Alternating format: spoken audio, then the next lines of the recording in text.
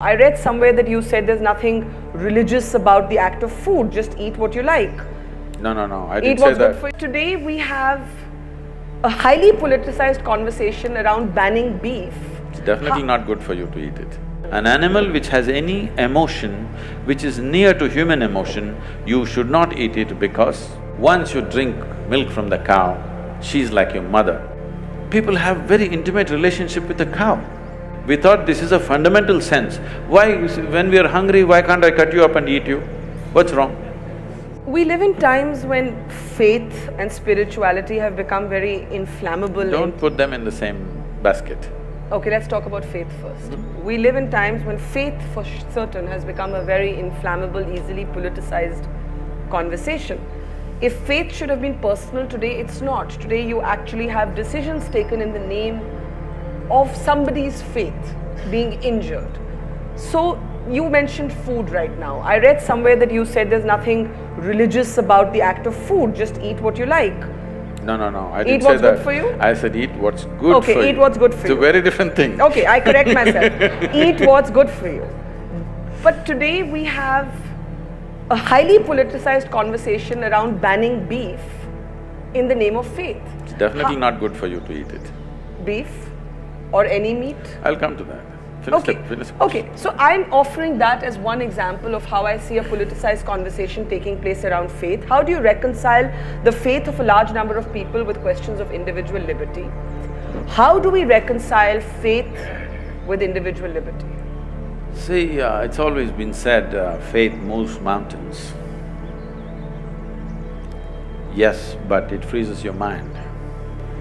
But the greatest crime you can do on this planet is to move a mountain. You should not move a mountain, it should be where it is. It is not just dropped from somewhere, it's grown because of various forces functioning in a particular way. Phenomenal activity has happened to build a mountain. You should never move a mountain.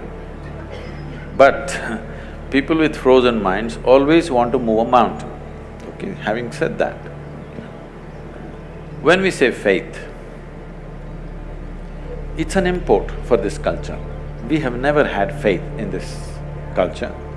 You must look back little beyond 1,000 years since we've been under occupation. Here we have been told always, your life is your karma. Karma means action. Whose action? Your action. So what we are saying is, your life is entirely your making. There is no someone sitting up there and managing this for you. This is entirely yours. But for every action that you perform, whether physical, mental, emotional, energy-wise, whatever kind of action you perform, there is bound to be a consequence. If you're ready for the consequence, do whatever. If you're going to cry about the consequence, control the action right now. Based on this, now you came to food. See, the food consumption has been looked at very carefully in this country. If you just bring this back, the world will be healthy, do you understand? Here we have identified different type of people, what they should eat. If you're doing menial jobs, how you should eat. If you're doing trading, how you should eat. If you're into spiritual process, how you should eat. If you're into education, how you should eat. Why this is each person needs a different type of building of the body. You want to run 100 meters next to Mr. Bolt, what kind of food you should eat? You just want to work in Delhi, what kind of food you should eat? You want to think in a certain way, what kind of food you should eat? For all these, we have very clear prescriptions. Now, when it comes to food, what it means is, we are taking another life, whatever that is, it may be plant life, animal life, whatever. You're taking another life, ingesting it, and you have to make it your life. That's a whole thing. So, every life is happening the way it is happening because of a certain dimension of information, or in modern terminology, let's call it software. There is a certain software, which is an arrangement of information. Now, the idea is to eat as simple a software as possible. If you eat that kind of life, which is a very simple software, your ability to override that software and make it entirely a part of you is very good. As that software gets complex, more and more complex, your ability to integrate it goes down. So especially if it's a creature which has some sense of thought and emotion, if it has emotion, then you should not eat it. This is the understanding. An animal which has any emotion displays certain emotions, especially if it displays emotion which is near to human emotion, you should not eat it because it will not integrate itself, that animal nature will start manifesting itself. Or in other words, in India, today maybe in cities people do not know, you see in the villages, people have very intimate relationship with the cow. They have drunk the milk of that cow, their children are drinking the milk of that cow.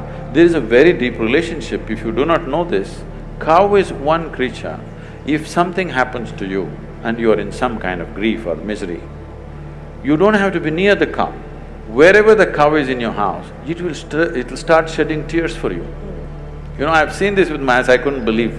When somebody is dead in the house, what does the cow know? It is somewhere, simply tears flowing. So when it has such deep emotions, if you kill it, it's like killing a human being, it's murder or it's cannibalism. So because of that, this is not a faith thing, this is not a religious thing.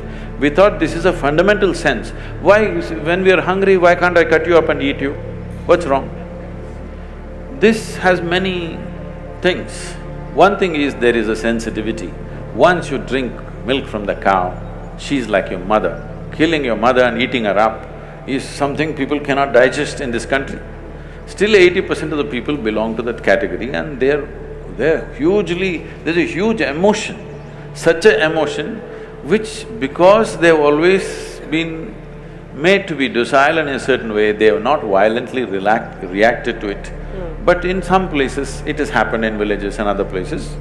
There is already a beef ban in many villages just by a norm, not by any law, that you don't bring these kind of things into the village.